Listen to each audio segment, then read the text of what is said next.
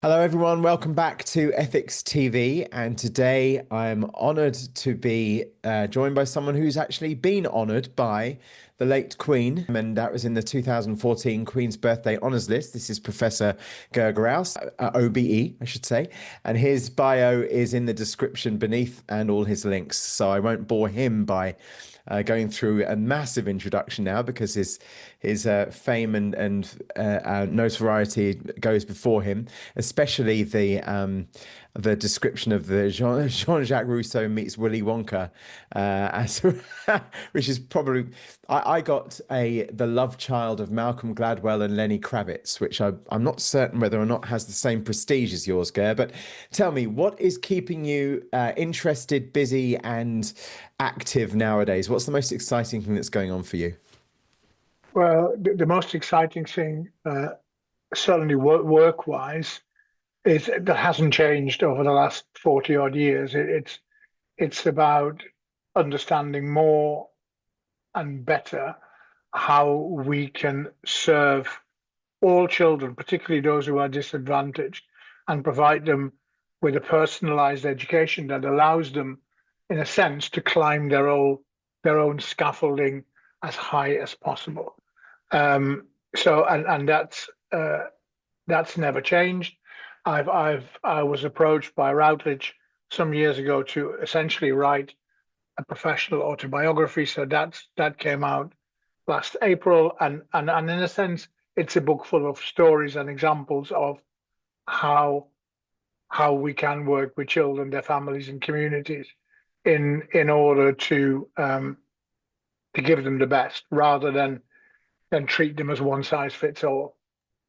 That's really cool. And what was the thing that started you on this journey? I mean, I've read everything that's publicly available about you that we could find, and your site is very informative. But I was wondering whether the what happened in the was it the Netherlands origins that got you to the realizing that children are our future? Was it the career in teaching that started in the early 80s in the UK?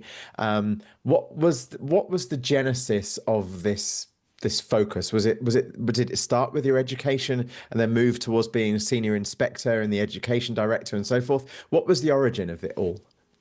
I think part of it is that I've always believed that wherever we are in life, whatever step we take, there is something that happens that we need to put in our back pocket.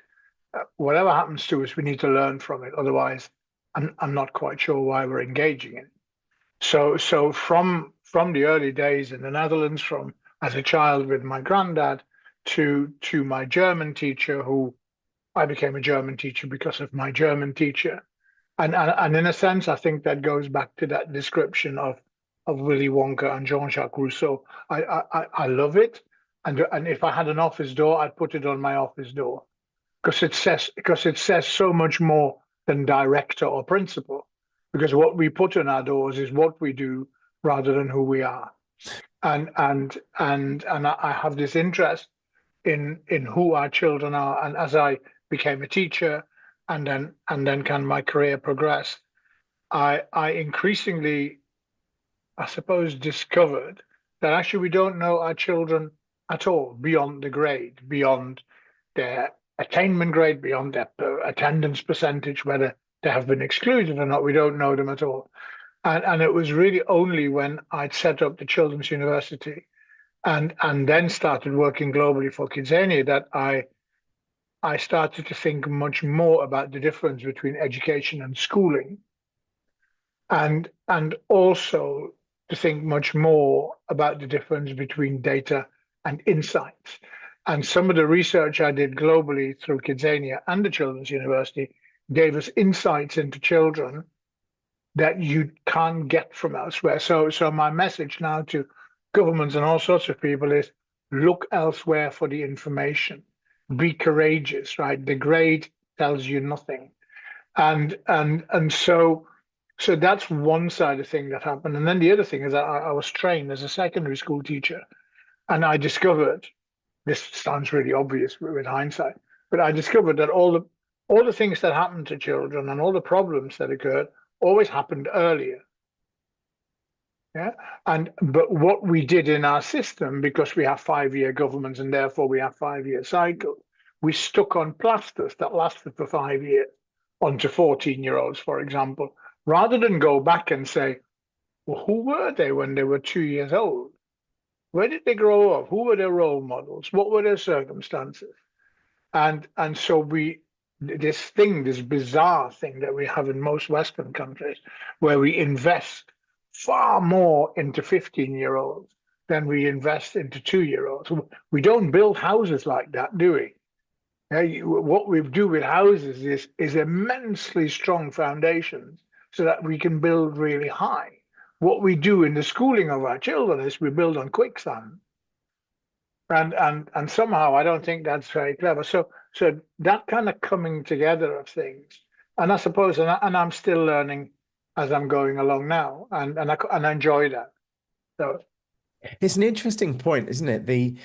That you, from any psychological perspective, whether it's one that follows the Freudian path of our background, or the psychological or psychiatry based view that the trauma that's caused before the age of, let's say, 6 or 7 is the thing that determines what happens in the future in terms of our trauma cycles and our shadow work. I'm now mixing many psychologists together into one analogy here, but ultimately, what you would argue that if the formative years, like early years, is where the structure of our perception of self comes from, it would make most sense to be more focused on that. So without being too political in my questioning, what would be, or maybe that's presumptive to even prefix it in that way, what is the reason why we do not focus on the earliest years more? I think that the reason is to a degree political. And if you take the United Kingdom or you take Australia in a federal sense, and you take the United States of America, for example, we have two-party states. So, and we have 4 or 5 year election cycles. So Jonathan, today I'm promising you something that I will have done in 5 years' time. So come hell or high water, I need to do that, right? Because otherwise I might not get re-elected. So a child being in some sort of a schooling system between the age of 3 and 18, for argument's sake, that's quite a few times 4 or times 5 periods. Nobody actually. So where does our accountability lie? Our accountability therefore lies to the system, to the 4 or 5 year period. The accountability doesn't lie with the outcome, if that's the right way of putting it, that is that 18-year-old. And so there was hope for a while, but then courage was in short supply. When Tony Blair became Prime Minister in 1997, the UK government launched something called Sure Start, which was focused on very young children, their communities and their families, and to build this. And they had at the time a massive majority. They knew that the system meant that they were in for 10 to 15 years. And they should have courageously come out and gone, this is a 15-year plan. And we're going to talk to the opposition at some point and see whether we can reach a consensus. And in the end, they didn't have the bottle. And they turned 15 years into 3 times 5 years. They didn't seek the consensus. And when the Conservatives came in 2010, they axed the thing.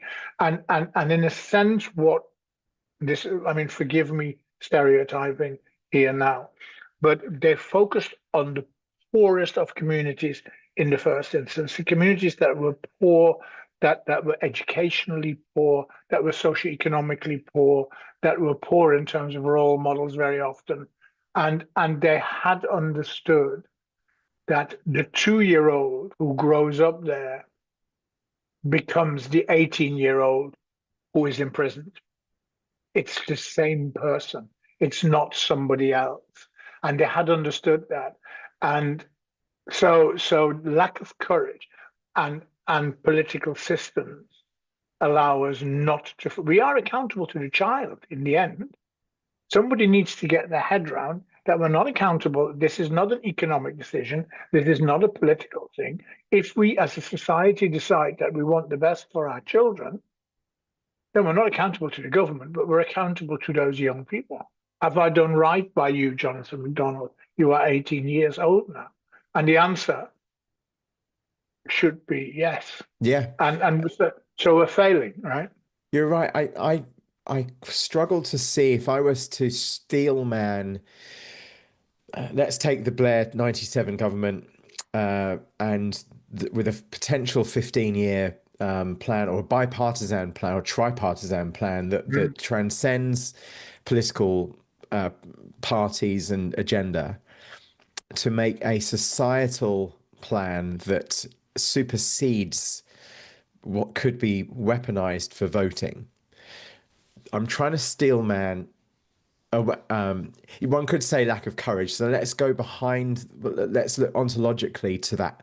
The lack of courage could arguably, if we look at loss aversion, which drives most human behavior, and so maybe the lack of courage came from a feeling that by creating a bipartisan agenda, that would be unable to be used as a hammer in the next election cycle. Therefore, the lack of courage is, I mean, I'm struggling to steelman this, but is it what just on this point, so that anyone who's listening to this or watching this thinking, this makes so much sense, why can't it be done? Let's try and structure why it hasn't been done so far.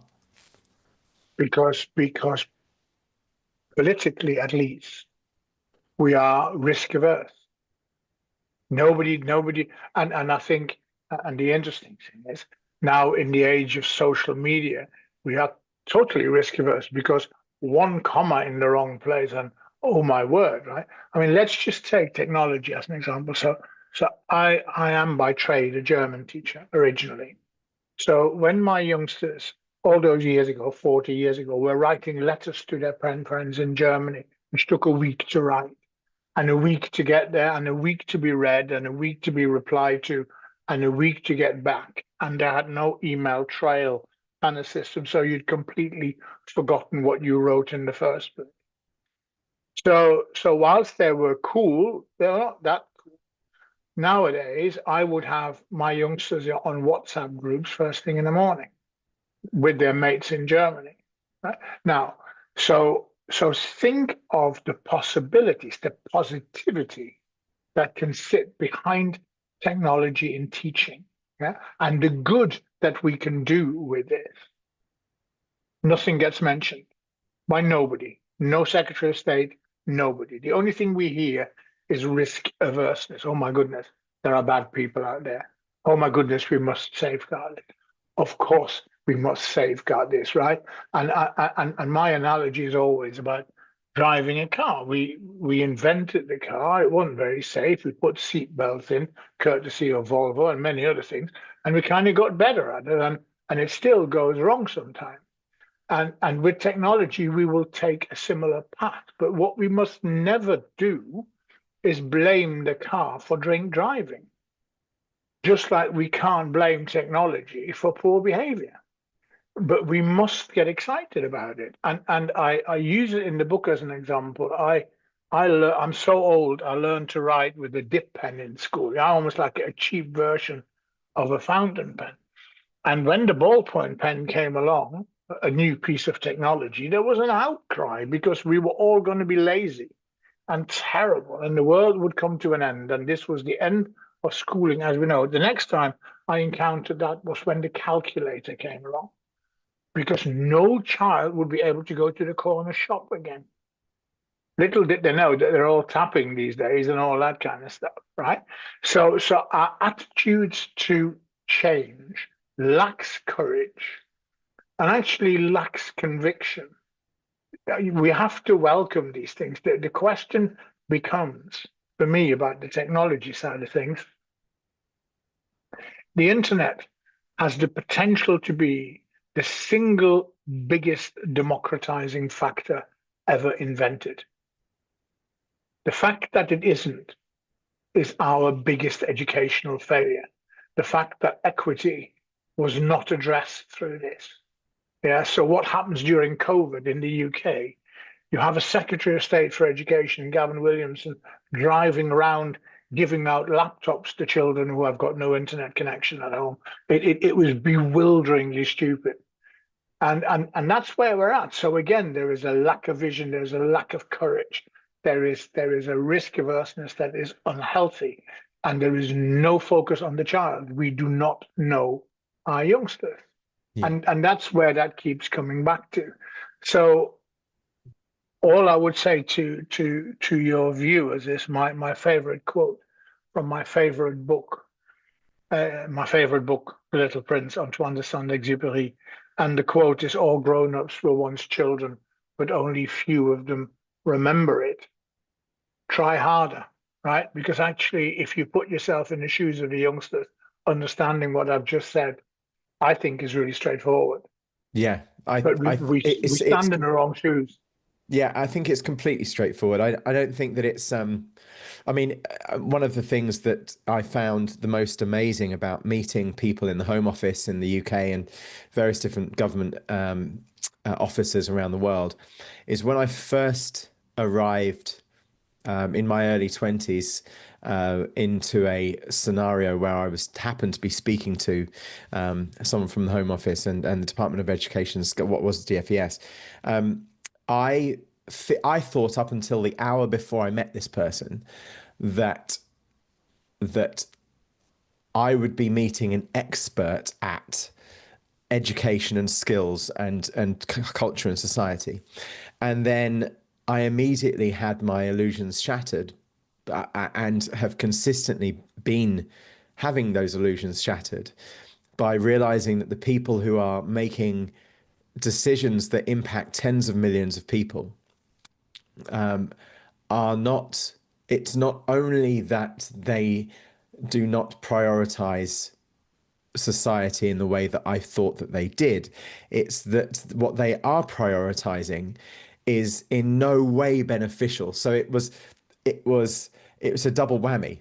It wasn't that they have incorrectly placed the importance of society and culture and young people and that it wasn't because of a misplacement of an ordering. It was a deprioritization of things that wouldn't serve what has been brilliantly written in the Dictator's Handbook, subtitled "Why Bad Behavior is Almost Always Good Politics," by a sheer cold-hearted attempt to get into power and remain in power. And that, as the actual priority, meant that what I was there to try and convince them of, which is around music education, a long time ago in the late 80s, what I was trying to convince them of it didn't serve what they did prioritize. And from that moment onwards, I mean, I was also in a little committee which was trying to help behavioral economics assign a type of nudge behavior to stop underage drinking. And the decision that came from our little group, and we presented what a solution could be, the decision from the government at the time was, this will lose us too much tax money. We'll lose out on tax money. Therefore, we're not going to execute this plan. And I said, I thought the plan was to stop underage drinking. And they were like, well, yeah, but you've got to look at the 12 billion pounds that's going to cost us if we do. And so I've now, I don't want to come across as anarchistic about this because I want a safe society, but it's hard to come to any other conclusion that the prioritization is fundamentally misaligned to what we thought the citizen meant and society meant. And maybe we're me and you are potentially too first principles based about this all. I totally agree, and I think so the decisions that are made are economic decisions. So when I hear special educational needs review, I'm thinking somebody's trying to save some money somewhere, right? Or there are no education decisions made. Every decision is an economic decision and is based on the principle of one size fits all. And it always reminds me of my dear friend, the late Ken Robinson's um, analogy around the Industrial Revolution. We sent our children to school to be taught to do a job and to serve in the economy. And that's when fairly recently in another interview I was asked about this. My conclusion is that the masses are schooled and the privileged are educated, and that system is perpetuated by the politicians and by how can you make a policy around the educational well-being of the poorest children in the country if you've never met one? How on earth does that work? And as you know, I was diagnosed with cancer in December, so I've undergone chemotherapy and a fairly hefty operation recently. And whilst lying in hospital, I did think, and I did ask my surgeon, Mr. Patel, the question: do you get interference from civil servants who tell you where to cut and when? And he laughed. And I said, because that's what's happening in education. The lack of professional trust is embarrassing. It is absolutely embarrassing. And as long as that exists, and I understand that politically, incidentally, because they're scared of teachers, because teachers are very powerful, they're very influential. What they've forgotten is that they're also very professional, and they're not going to turn around and tell a child how to vote. Right? But that's the fear that lives in that cloud cuckoo land of these people who've never left London in UK terms. Right? Yeah, I agree. I mean, I must admit, one of my best friends is a primary school teacher, now a deputy head, but she was actually my children's first teacher, fortunately, and I credit to their upbringing to some significant extent, her incredible way of handling their very, very first years at school. And I've been fascinated by her reportage around essentially the metric scoring system of primary school teachers and what the structure is on the Ofsted reports and so forth. That I as a strategist, I've had to contain my cynicism for years for literally 2.5 decades of listening to these things. And is there, just so we can go into let's say a more opportunistic lens, have there been any movement toward common sense that, of course, we know isn't common, but is there any movement towards looking at this from a more rational, respectful basis at all, anywhere in the system? Yes, absolutely. Absolutely. I mean, and I'm glad that you mentioned the primary school teacher. I would say in good primary schools all over the world, that is exactly what's happening and has been happening for so long, because you've got amazing teachers in relatively small schools where everybody knows every child's name and knows something good about every child. Yeah? I know so many primary schools where such brilliant practice goes on. That is, in the very first Ofsted framework, inspection framework, as inspectors, we were asked to look for awe and wonder, and those primary schools are schools that are full of awe and wonder, right? But we must remember that the Ofsted grading of outstanding, for example, doesn't mean anything. It means that you are outstandingly compliant. You are brilliant at ticking their boxes. It doesn't make you good, right? You're just serving somebody else's agenda. But to your question, where we go wrong is when those very children then progress. I'm not even sure that progress is the right word, into secondary schools with 2,000 youngsters, where the quiet ones disappear, where I would say 60% of the youngsters disappear. The very bright ones we know, the very naughty ones we know, we know that some of the special needs ones, and a few others. But apart from that, we don't.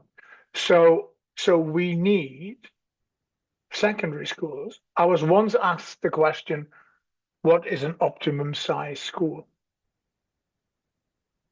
And my answer was the school where every member of staff knows the name of every child and knows something good about them. I think it's probably around 700, there or thereabouts, right? And then people go, but it's unaffordable to have so many small. And the answer is really simple. That's not for you to decide. That's a societal decision. Put it to the vote. Yeah, educate people, inform people, create a societal debate about the importance of education and schooling, and then let's have a vote. Right? But it's not for you to decide that my child should go to a school with 2,500 youngsters. Yeah. And the notion that I, as a parent, have a choice not to send them there is a nonsense, because we're in postcode lotteries. It's very complex, these things, Yeah. right? So, but to go back to the positive side of things, I would say to people, go, you'll know what a good primary school is. You just got to go and stand outside and talk to the parents and of course look at their results. I'm not shying away from that. I just think there's more to it than that. And then go in and experience that. It's happened all the time. But the issue for us is that the younger the child is, the less important they seem to be to the powers that are. That's right. It's inversely proportional, isn't it? Which is strange. Yeah. I must admit, my children went to the school where my now best friend, one of my best friends, is the deputy head of, and when I see how my kids are in their early 20s now, when I see how they are, the way they treat older people, the way they treat each other, the way they treat their managers at work, at both of their jobs, the way that they view life, I see their first teacher shaping. Yes. I can see the shaping that she had, and obviously I also I love the fact that I think that their mother and I did our best that we could, but a lot of the day for many years was taken up inside an environment which was brilliantly focused on their fulfillment and adventure. And then we decided not to put them into the type of school that that I went to, which was 2,500 people, one of the first comprehensives. And it was a total and utter unmitigated disaster in my life. It tore apart my entire teens, and it was the most formative thing that ever happened to me. But also, I wouldn't wish it on my worst enemy. And so we've found a school that we had to move our house to be inside the postcode of. Anyway, so it was, yeah, you must have heard this story a zillion times, and that's all we could do. But we saw what good looked like, and I also experienced what bad looked like. And then it was like, how do we not repeat this? But in terms of your children, all those things that they took with them in their back pocket out of their primary years, I would add to that self-confidence. I would add to that empathy and kindness, inquisitiveness, curiosity, the perseverance, resilience, all those things. It's the same for my children, that they took that away with them. And again, to go back to Ken Robinson always used to say that as they get older, we teach creativity out of them. And I think that's so very true. Very, very, very good primary schools make that impossible. Yes. Because they win. Right. Yes. And I think there is the bar. I agree. I think the work ethic that my kids have is because of Mary, their first teacher, and I'm convinced that their work ethic came from that because we saw it coming home at the age of 5 years old. They went between 4 and 5 years old. They like a switch. They didn't see any issue with putting in the work. They saw it as a privilege to be able to put effort in. Yeah. And then when I met their teacher, Mary, I was like, and she sat down at the first ever parents' evening, and I remember it almost verbatim. And she said, "This is the way that I view the importance of young people in the world." And she laid out her philosophy. And I was just like, this is like, why didn't I meet someone like, why didn't I have a teacher like this? And it's the impact that those teachers have on those youngsters from a very young age. And in the case of my eldest daughter, Anna, it was Mrs. Poole. In the case of my youngest daughter, Imogen, it was Mr. Hartley. And with Tom, my son, it was actually the head teacher of the primary school who had that impact. And we must never underestimate. I love that saying. I use it quite a lot. That if you're a teacher, or actually if you are in one of the teaching professions, 50 years from now, somebody will say your name. That's right. I can't, and incidentally, it's up to you what they say, right?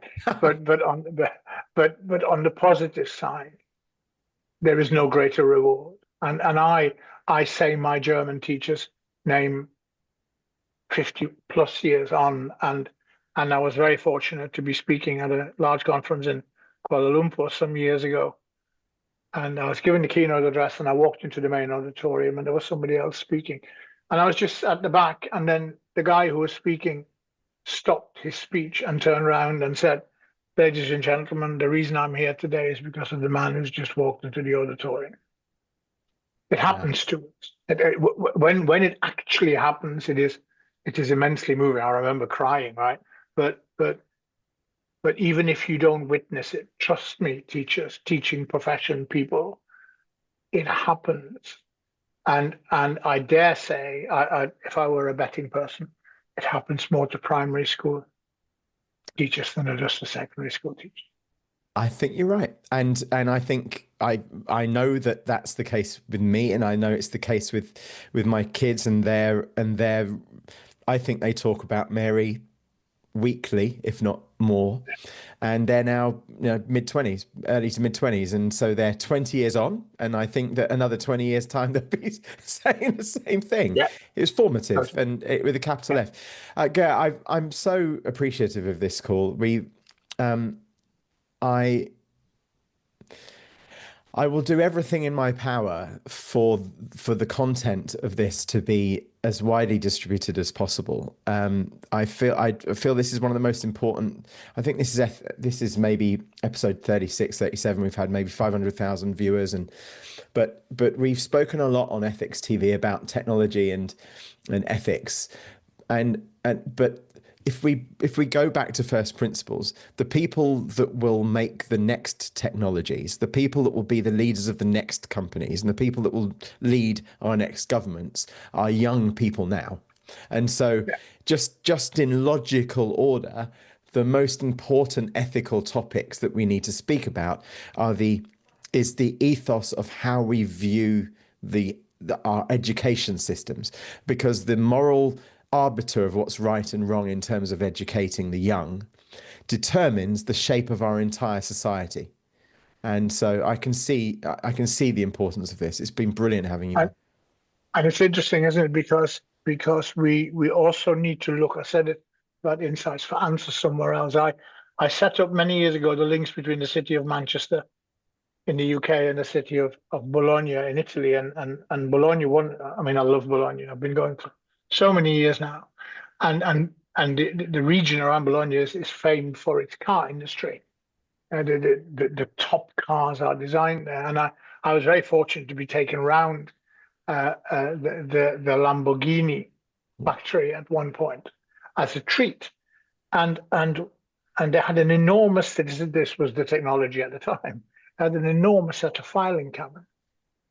And one of the things, so I asked them what was in those filing cabinets, and they said, when we design the next car, we ask every owner in detail where the ashtray should go, whether the light switches are in the right place, so that each Lamborghini is co-designed by its current users. When we look at technology and the use of technology around young people, do you know who we don't involve in the next version? It is innately stupid. Yeah. And we need to look at other parts of the world and other parts of our lives and go, that's really clever. If we did that in schools, we could solve this, this, and this, and make that and turn that into awe and wonder. So we need to ban tunnel vision, I think is the answer. I agree with you completely. Oh, yeah. Thank you for this call.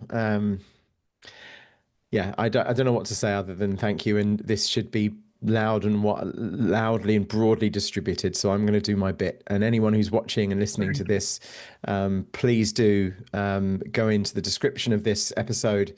Is linked to all of Ger's material and his website and his brilliant biography as well. And so yeah, more power to you, sir. And thank you so much for your time. I really appreciate it. Thank you for having me.